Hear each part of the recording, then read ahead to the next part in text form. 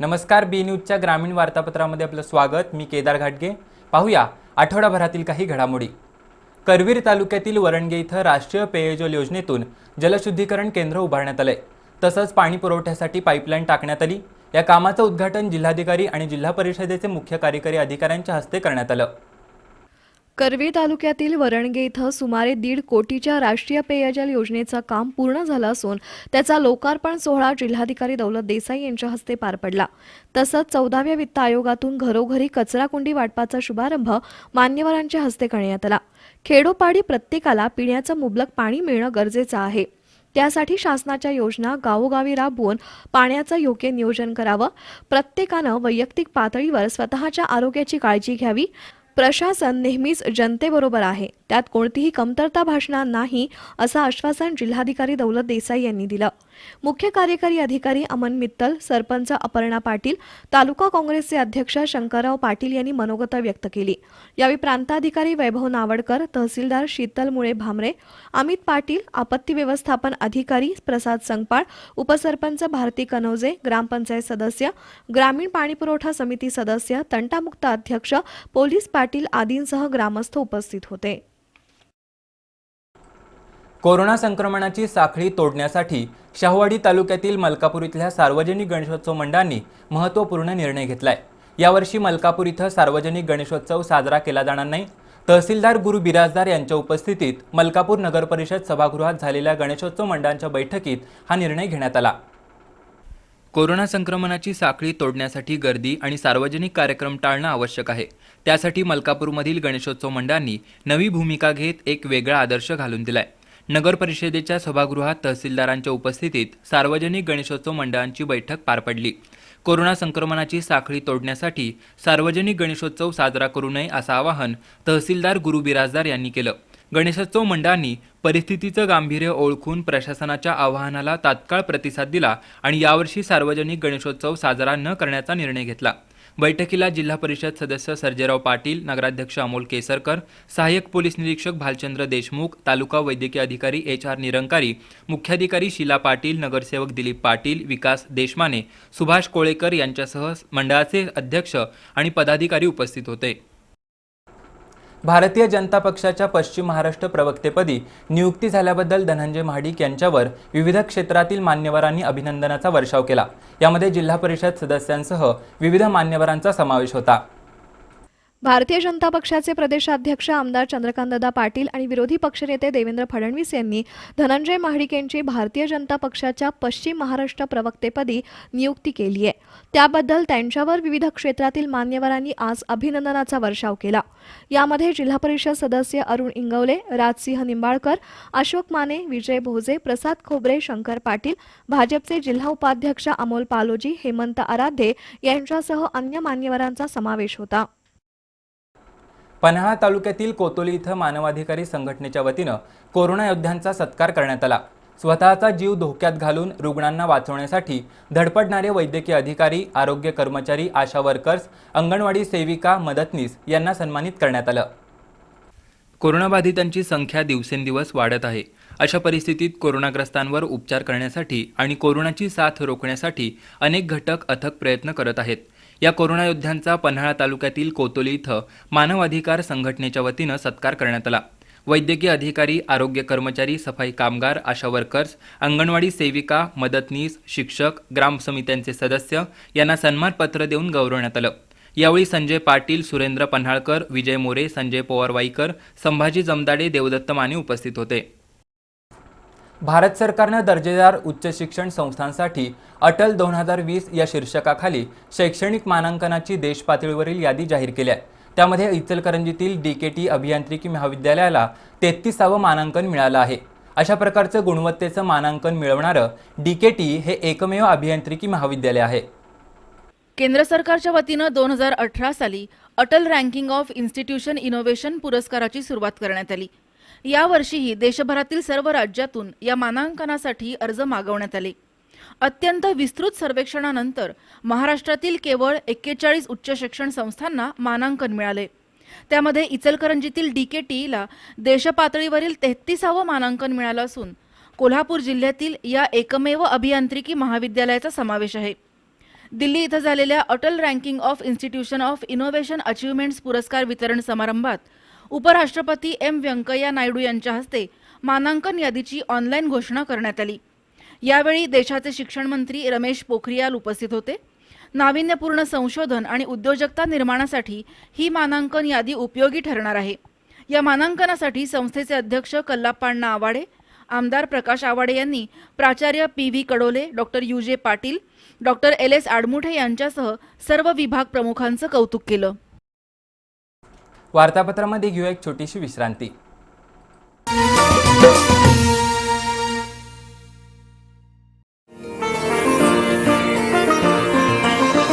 स्वप्नपूर्तीची कळी उमलली, जुळली अमोल नाती, आपुलकीची साथ लाभली, आपुलकीची माती,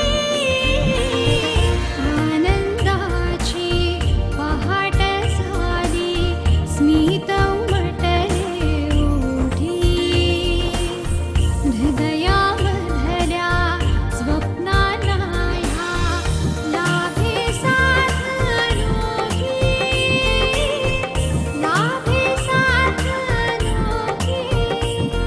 विराज सिटी भुयेकर पाटील ग्रुपचा एक सुमंगल वास्तू प्रकल्प विराज सिटी। साइट संपर्क कागल एसटी स्टँड समोर नॅशनल हायवे NH4 लगत कागल। मोबाईल 9527608484। वार्तापत्रामध्ये आपलं स्वागत। 4 वर्षापूर्वी ठणठणीत कोरडा पडलेल्या कळंबा तलावातील जैवविविधता संपुष्टात आली होती। त्यामुळे तलावातील पाण्याला उग्र वास येत होता। ही बाब लक्षात घेऊन कोल्हापूर महानगरपालिकेच्या वतीनं तलावातील जैवविविधता जपण्याचा प्रयत्न सुरू झालाय। त्यासाठी कळंबा तलावामध्ये विविध प्रजातींचे 3 लाख मत्स्यबीज सोडण्यात आले। 4 वर्षांपूर्वी कळंबा तलाव ठणठणीत कोरडा पडला होता। तलावातील अनेक मासे तडपडून मृत्युमुखी पडले। गाळ काढताना जैवविविधताही त्यासोबत निघून गेली। परिणामी कळंबा तलावातील पाण्याला अलीकडच्या काळात उग्र वास येत होता। जैवविविधता नष्ट झाल्यामुळे ही परिस्थिती ओढावल्याचा दावा तज्ज्ञांनी केला। त्या पार्श्वभूमीवर महानगरपालिकेच्या वतीनं कळंबा तलावात पुन्हा जैवविविधता निर्माण करण्याचे प्रयत्न सुरू झालेत। भोईराज फिशरीज सोसायटीच्या वतीनं या तलावात 3 लाख मत्स्यबीज सोडण्यात आलं। यावेळी उत्तम जाधव, किसन काटकर, संजय काटकर, अशोक जाधव, अनिल ठोंबरे उपस्थित होते। लॉकडाऊन काळातील 3 महिन्यांचं वीज बिल माफ करावं या मागणीसाठी अंबप इथं दलित महासंघाच्या वतीनं तीव्र आंदोलन करण्यात आलं। महावितरणच्या निषेधार्थ जोरदार घोषणा देत वीज बिलाची होळी करण्यात आली। दलित महासंघाच्या वतीनं हातकणंगले तालुक्यातील अंबप इथल्या गावचावडीसमोर वीज बिलाची होळी करण्यात आली। लॉकडाऊन काळातील 3 महिन्यांचं वीज बिल माफ करावं अशी मागणी यावेळी करण्यात आली। मागणीकडे लक्ष वेधण्यासाठी जोरदार घोषणा देण्यात आल्या। कर्जफेडीसाठी महिलांच्या मागे तगादा लावणाऱ्या मायक्रो फायनान्स कंपन्यांना आवर घालावा, चक्रवाढ व्याज आकारणाऱ्या मायक्रो फायनान्स कंपन्यांवर कारवाई करावी अशी मागणीही आंदोलकांनी केली। आंदोलनामध्ये बाबासाहेब दबडे, अशोक गायकवाड, अप्पासाहेब कांबळे, किरण दाभाडे, संजय दाभाडे, बाळासो आवळे, संगीता दाभाडे, नंदाताई दाभाडे, सीमा दाभाडे, अर्चना दाभाडे, लता दाभाडे सहभागी झाल्या होत्या। केंद्र सरकारतर्फे स्वच्छ भारत अभियानांतर्गत राबवण्यात आलेल्या स्वच्छ भारत सर्वेक्षण 2020च्या स्पर्धेत पन्हाळा शहर देशातील सर्वात स्वच्छ शहर ठरलंय। सलग 3ऱ्यांदा पन्हाळ्यानं बाजी मारली असून देशपातळीवर मिळवलेल्या यशानं पन्हाळावासियांचा ऊर अभिमानानं भरून आलाय। या यशाबद्दल नगर परिषदेसमोर साखर, पेढे आणि फटाक्यांची आतषबाजी करून आनंद व्यक्त करण्यात आला।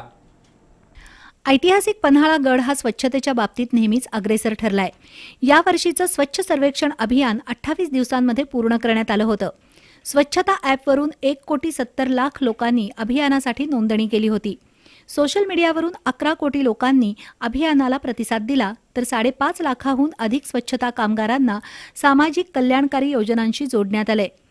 पन्हाळा शहर स्वच्छतेच्या बाबतीमध्ये देशात 25,000 लोकसंख्येमध्ये 10व्या स्थानावर, तर पश्चिमेकडील 5 राज्यात पहिल्या स्थानावर सर्वात स्वच्छ शहर ठरले। संपूर्ण पन्हाळा शहरामध्ये प्रत्येक घरासह सार्वजनिक संडास बांधून गाव हागणदारी मुक्त केले।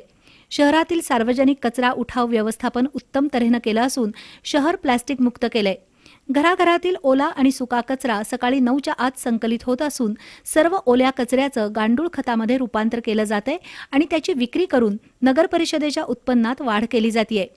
पन्हाळा शहर देशातील सर्वात स्वच्छ शहर ठरल्याचं नगराध्यक्षा रुपाली धडेल यांना समजताच भावनाविवश होत त्यांनी माझ्या कारकिर्दीतील हा अविस्मरणीय दिवस असल्याचं सांगत पन्हाळा नगरवासियांचे आभार मानले. या यशाबद्दल साखर पेढे वाटून आणि आतषबाजी करत आनंद व्यक्त करण्यात आला. पावसाळा सुरू होण्यापूर्वी ग्रामीण भागातील रस्त्यालगतच्या गटारींची साफसफाई आणि दुरुस्ती केली जाते. मात्र यावर्षी रस्त्यांची डागडुजी आणि गटारींची साफसफाई करण्यात आलेली नाही, त्यामुळे गटारीतील पाणी रस्त्यावर येत आहे. पन्हाळा तालुक्यातील बाजारभोगाव पाडसाळी मार्गावरील रस्त्यालगत असणाऱ्या गटारींची साफसफाई करण्यात आलेली नाही. गटारींमध्ये माती आणि दगडगोटे साचले आहेत, त्यामुळे पाण्याचा निचरा होत नाही. परिणामी एसटी बस थांब्याजवळ मुख्य रस्त्यावरून गटारीतील पाणी वाहत आहे, त्यामुळे वाहन चालकांची डोकेदुखी वाढली आहे. सततच्या पाण्यामुळे रस्ता निसरडा बनलाय, त्यामुळे मोटारसायकली घसरण्याचं प्रमाण वाढलंय. दरम्यान उपसरपंच अरुण तळेकर आणि HD पाटील यांनी हिंदुस्थानी स्पोर्ट्स, दयावान बॉईज आणि स्पोर्ट्स बॉईजच्या तरुणांना सोबत घेऊन या गटारींची साफसफाई केली. या कामी पांडुरंग तळेकर, अनिकेत माळवी, सूरज पाटील, राजू माळवी, श्रीकांत दाभाडे, दत्तात्रय कारंडे, राईल खोत, अशोक मुगडे यांनी श्रमदान केलं. वार्तापत्रामध्ये घेऊया एक छोटीशी विश्रांती.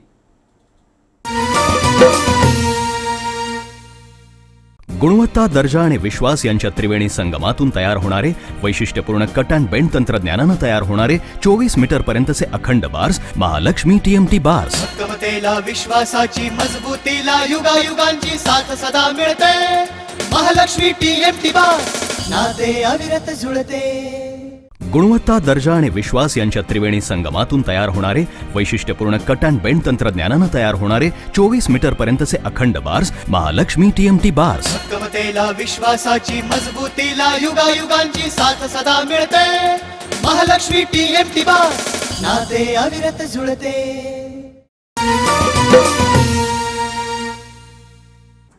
काळमावाडी इथल्या दूधगंगा जलाशयात 23.50 TMC पाणीसाठा झाला असून धरण 92.60% भरलंय.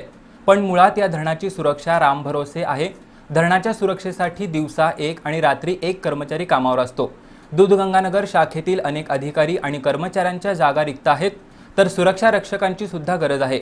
मात्र शासनाने त्याकडे लक्ष दिलेलं नाही. महाराष्ट्र आणि कर्नाटक राज्याचा आंतरराज्य प्रकल्प म्हणून काळमावाडीतील दूधगंगा धरणाची ओळख आहे.